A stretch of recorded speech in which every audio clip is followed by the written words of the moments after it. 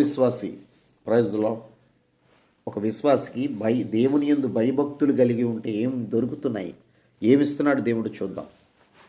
సామెతలు 22వ అధ్యాయము 4వ వచనం. యెహోవా యందు భయభక్తులు కలిగి ఉండుట వినయమునకు ప్రతిఫలము, ఐశ్వర్యమును ఘనతయు జీవమును దానివల్ల కలుగును. ఒక విశ్వాసి దేవుని యందు భయభక్తులతో ఉన్నవాడికి ఏమొస్తుంది? వినయము. వినయము అనగా ఎవరు ఎన్ని చెప్పినా వినే మనస్తత్వంతో ఉన్నవాడు. నెంబర్ 2, మనకి కావలసిన ఐశ్వర్యము.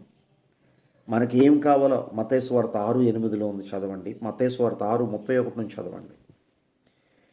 నీ అక్కర్లన్నీ ఆయన ఎరిగినవాడు గనక ఆయన ఒక్కడే ఇచ్చేవాడు. ఐశ్వర్యమును అన్నాడు.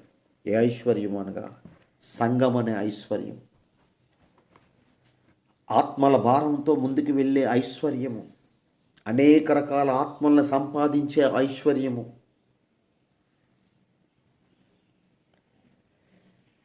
ఘనత మనుషులు ఇచ్చే ఘనత మట్టిది. దేవుడు 91లో ఒక మాట చదువు, నేను ఇక్కడికి వస్తాను. 91లో 14 వచనం నేను చదువుతున్నాను. 91:14. అతడు నన్ను ప్రేమిస్తున్నాడు గనక నేను అతన్ని తప్పించేదను, అతడు నా నామాన్ని ఎరిగినవాడు గనక అతను నేను ఘనపరిచేదను. దేవుడు స్తోత్రం. దేవుళ్ళో ఘనత కావాలి, మనుషులు ఘనత మట్టిది. జై జై వెనకాతలు, జై జై జై జై. నీ వెనకాతలు ఉంటాయి దేవదూతలు. అవి నిన్ను చూసి సంతోషపడి అవి కూడా నీ వెనకాతల మంచి సేవకుడు తండ్రి, మంచి సేవకుడు ఎన్నుకున్నావు తండ్రి. దేవదూతలు నిన్ను నడిపించే ఘనత కావాలి. దేవదూతలు ప్రతి నీ కష్టము శ్రమలు అన్నింటిలోంచి తప్పించే ఘనత కావాలి నీకు. ఘనత. సామెతలు 22:4 వచనంలో ఘనతయు జీవమును. ఎవరు జీవము? ఇది కూడా మీతో ఒక మాట్లాడతాను. సామెతలు 8వ అధ్యాయంలో 35-36. నన్ను కనుగొన్నవాడు జీవమును కనుగొనును. దేవుడు స్తోత్రం. దేవుణ్ణి కానీ కనుగోకంటా నువ్వు కానీ విశ్వాసిగా ఉంటేనే కనుగొన్నవాడు అవుతావు. నువ్వు అల్ప విశ్వాసులో కూడా నీ ఇష్టాసారంగా తిరిగితే నిత్య జీవం పొందుకోలేవు. నన్ను కనుగొన్నవాడు జీవమును నన్ను కనుగొన్నవాడు జీవమును కనుగొను, యెహోవా కటాక్షము వానికి కలుగును. నన్ను కనుగొనలేని వాడు తనకే హాని చేసుకొనును. నా యందు అసహ్యపడు వారందరూ మరణమును స్నేహితురు.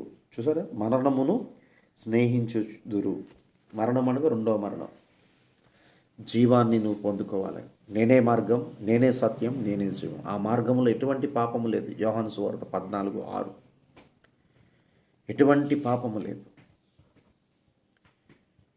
ఆయన మాటలో ఎటువంటి అబద్ధము లేదు. సత్యము, నిజం.